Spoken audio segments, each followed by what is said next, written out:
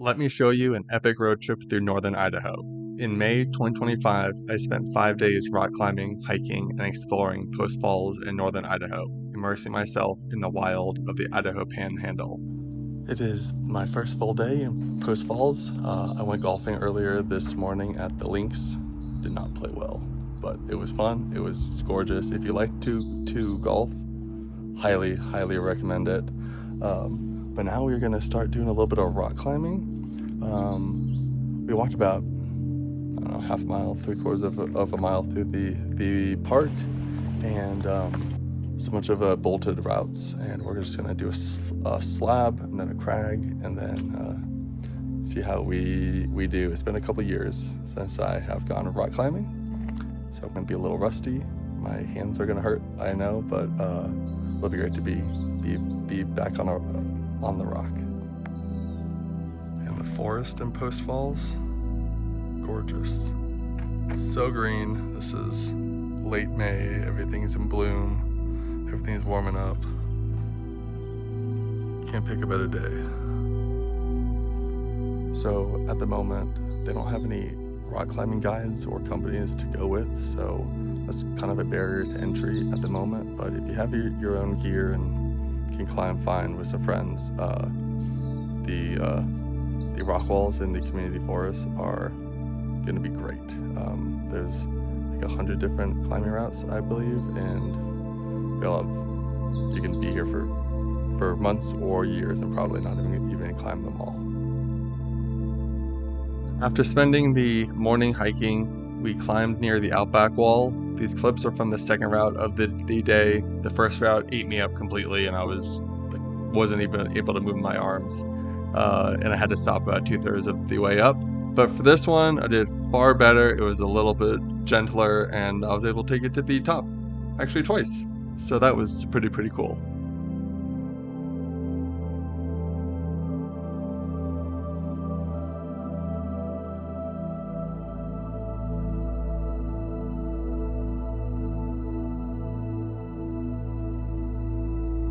Talk about a hectic, fun, exciting day. I am definitely beat after golfing for 9 holes and then going rock climbing and hiking. We're out there for basically 3 hours in the sun. Today is like 85, 90 degrees in Post Falls, so it's definitely having a little bit of a hot streak today, but it's been good. Heading into Post Falls Brewing to grab a little drink and to cool off, and then head back out tonight and see a few more sights throughout the city. That evening, I got to watch one of the most stunning sunsets that I've seen in a while. The views over the Spokane River were magical, and the sunset colors absolutely blew me away, and I just soaked up every single moment that I could. Good morning. This is my final day in Post Falls before heading up north to Bonner's Ferry and Priest Lake.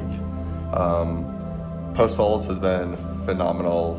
Gotten to go climbing, do some paddleboarding. There's the ability to go kayaking on the Spokane River, or even just kind of shoot over to Kootenai Lake and explore there. This is a phenomenal place to spend a few days, but now I'm excited to head up north and go to Bonner's Ferry and Priest Lake. This is where the Selkirks are, and the cabinets, and incredible hiking, wildlife, sightseeing, and everyone's been just kind of raving about this area. And I've only driven through it once, and it was basically at night as I was heading up to Canada, so finally excited to kind of take some time, explore, and get out there and see everything that it has to offer. We're gonna go grab some breakfast and see one more thing in Post Falls, and then we are headed north, and can't wait to take you guys along. Cheers. Just a few minutes from where I had breakfast at Kindred & Co. is Black Bay Park. This is gorgeous, right on the Spokane River. To hear some birds, the whistling of the pines. It's a lovely place. It's like a 1/4 mile walk from the parking lot, so good for all families, for walking the dog, just getting out. Highly recommend to add this to your Post Falls itinerary. Now it's time to head north and get to the mountains. So I hope that you guys have enjoyed this part of the trip. I think that you're gonna like the next part too. Once on the road, it was a super easy drive. Made it there in almost no time, and the drive on the dirt road was also very easy, that any car can make it to the Snow Creek trailhead. After about 90 minutes of driving, I just got to the Snow Creek trailhead, and this is gonna be about a 1.25 round trip hike down to the waterfalls. Should be pretty nice. It's a beautiful day, a little cloudy, but it'll help kind of keep the temps down. Excited to see what the water flow is going to be. If it's anything like the Spokane River, it's going to be rushing, which should be pretty cool.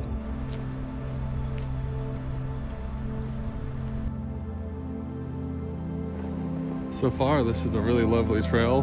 Not a soul around. That's how I like to do my hiking, and that's what Idaho is known for. At about the half-mile mark, you reach this junction between Lower and Upper Falls. I'm gonna go down to the lower side and then head up to the upper on the way back. One thing to note that I did not do, bring your bug spray. At least for late May, the mosquitoes are already out. They're trying to feast. Playing whack-a-mole here. We're getting to the lower platform and you can hear it. The water's rushing, flowing. Should be a beautiful sight. It's about 20 degrees cooler down here. Oh my gosh. Look at that mist.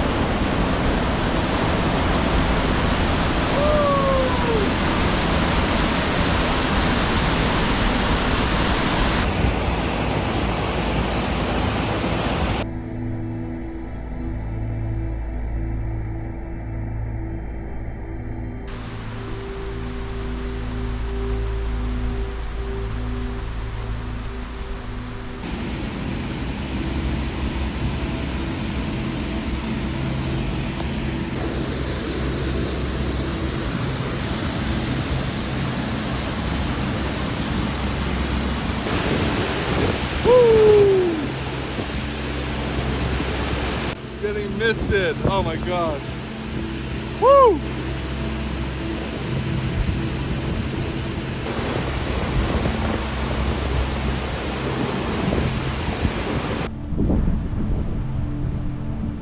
Upper Falls is definitely worth the extra half mile or so, especially right now when it is gushing water. It got relatively damp also, which is a nice way to cool off. A warm summer day, but I'm headed out. I've been on the trail for just under an hour. Been also kind of dawdling, doing my photography and video taking, but I think for most people, you could probably do all of this in right around like an hour, and then move on to some other sites in the area. So about 15 minutes down the road from Snow Falls is Myrtle Falls, which is also right by the headquarters for the Kootenai Wildlife Refuge, and it's drizzling a little bit, so I'm gonna do the auto drive around the refuge, see some sights, get a little idea of some photography opportunities that I want to do later. Hopefully we'll see some pretty animals and some birds, maybe some eagles. This is a really beautiful area. This valley is stunning, and just having them be able to protect this for future generations is a really good thing.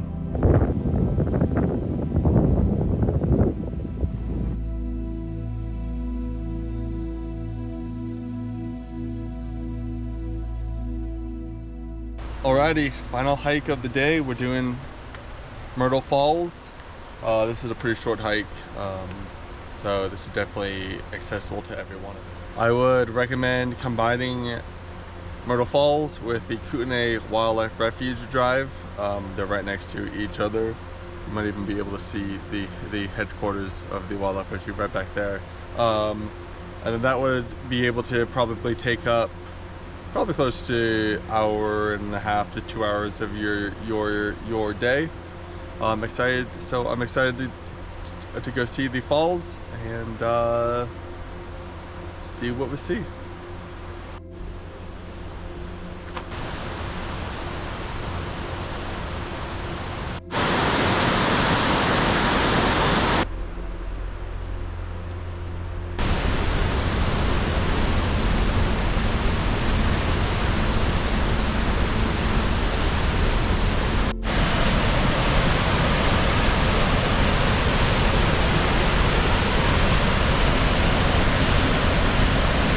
Doing my second pass through the Kootenai Wildlife Refuge auto drive. The conditions are a lot better than it was earlier, and the reflections off the rivers and the streams and lakes or wetlands, whatever we want to call them, are beautiful right now as the sun is beginning to set. It's a very, very quiet and peaceful time.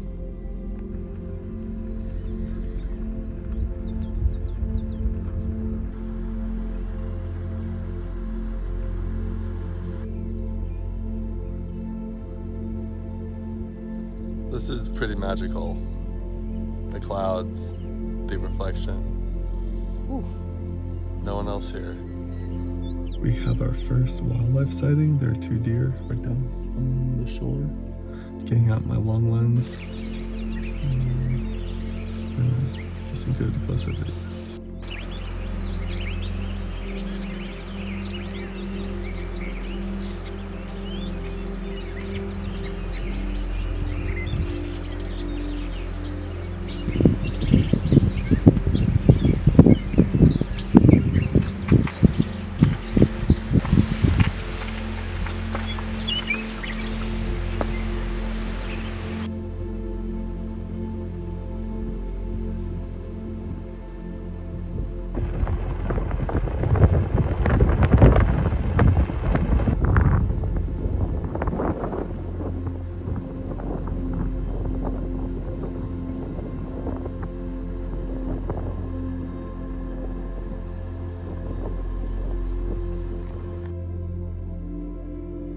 Had a little surprise addition to the itinerary, doing a flight seeing trip over the Selkirks and this northern Idaho area.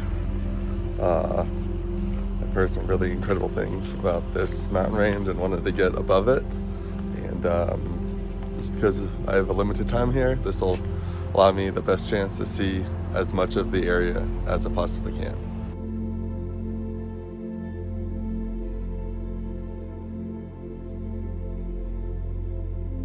Booked a flight seeing trip with Northern Air, and while they didn't seem to do too many photography tours, they were a good sport about it and made my trip happen with less than 24 hours notice. We took off from Bonner's Ferry and beelined it into the mountains, flying over the Kootenai Wildlife Refuge where I had spent hours the night before. Once in the mountains, we soared over jagged peaks, frozen lakes, and the iconic Chimney Rock. It was really great to see how large Priest Lake was from above, because when you're down at the lake level, you really can't grasp its gigantic scale.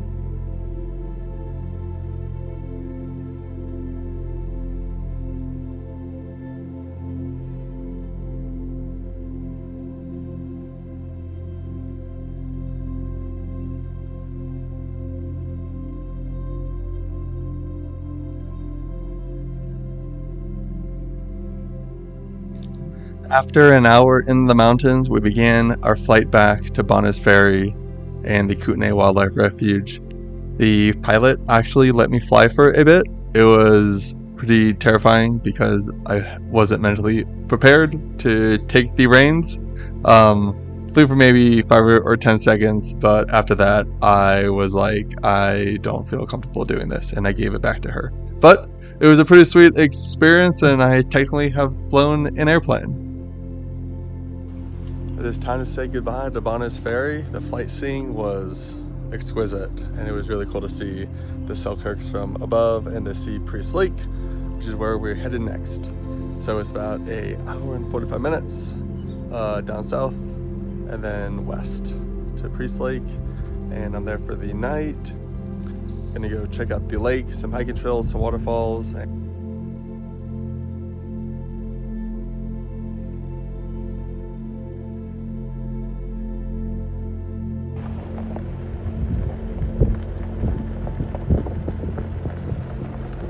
It is a beautiful day at Priest Lake. I'm just above it. I'm going to Hunt Falls to check that out before I actually go down onto the lake. But driving past it, incredibly blue, majestic. So excited to get down there. But stoked to see Hunt Falls. Heard that it's like a pretty cool hidden gem on the eastern side of the lake. Took me a little bit of time to get here because I went up a different route that I Googled took me up, but I finally found it. I'll link it in my blog post. Away we go.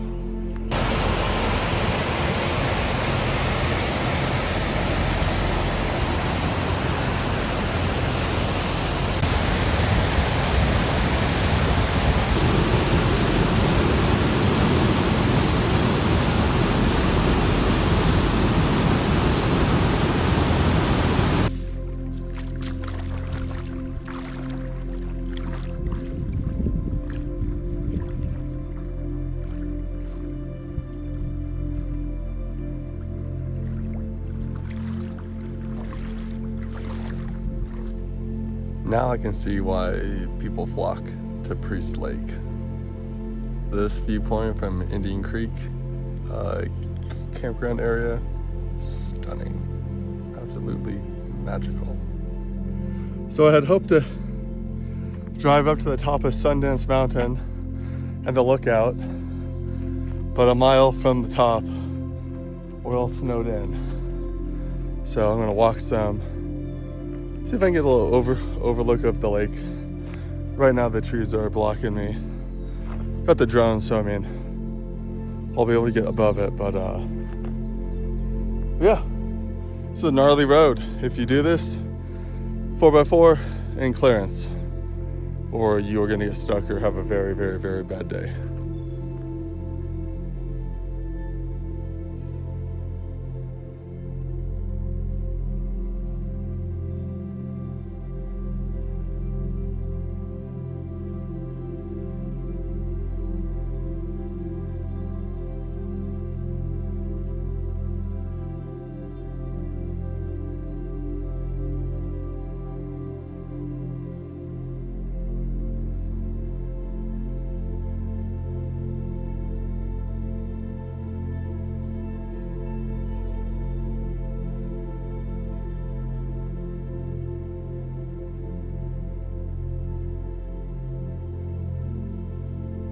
Good morning from Priest Lake.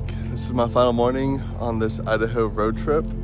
I headed out onto the western side. Looker's left if you're looking at it on a map. Just wanted to get the lake views along with the snowy mountain peaks. You can see Chimney Rock is just up there. You'll notice it as we flew over it yesterday. This is a beautiful morning, just kind of soaking this in, enjoying the last little bit of the Idaho beauty before heading back to Seattle. So as you plan out your Idaho road trip, I would recommend pushing it a little bit past end of May, especially if you're into hiking. Most, if not all, of the alpine lakes here are still frozen over and potentially inaccessible by car unless you kind of are going to walk a bit on the road. I'm thinking like mid-June to end of June would be like the perfect time for hiking.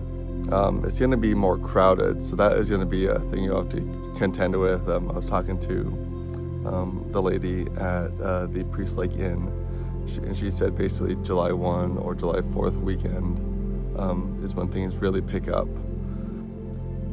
But late May, middle May is perfect for waterfalls. As you've seen, they are flowing so hard and so fast, and they are roaring, and it was a pretty cool sight to see for the 3+ waterfalls in this region. I hope that this inspired you to get out to northern Idaho and Post Falls and to see this for yourself. It is full of magic and wonder, and I know that you'll have an incredible time. Thanks for watching, and have a great day.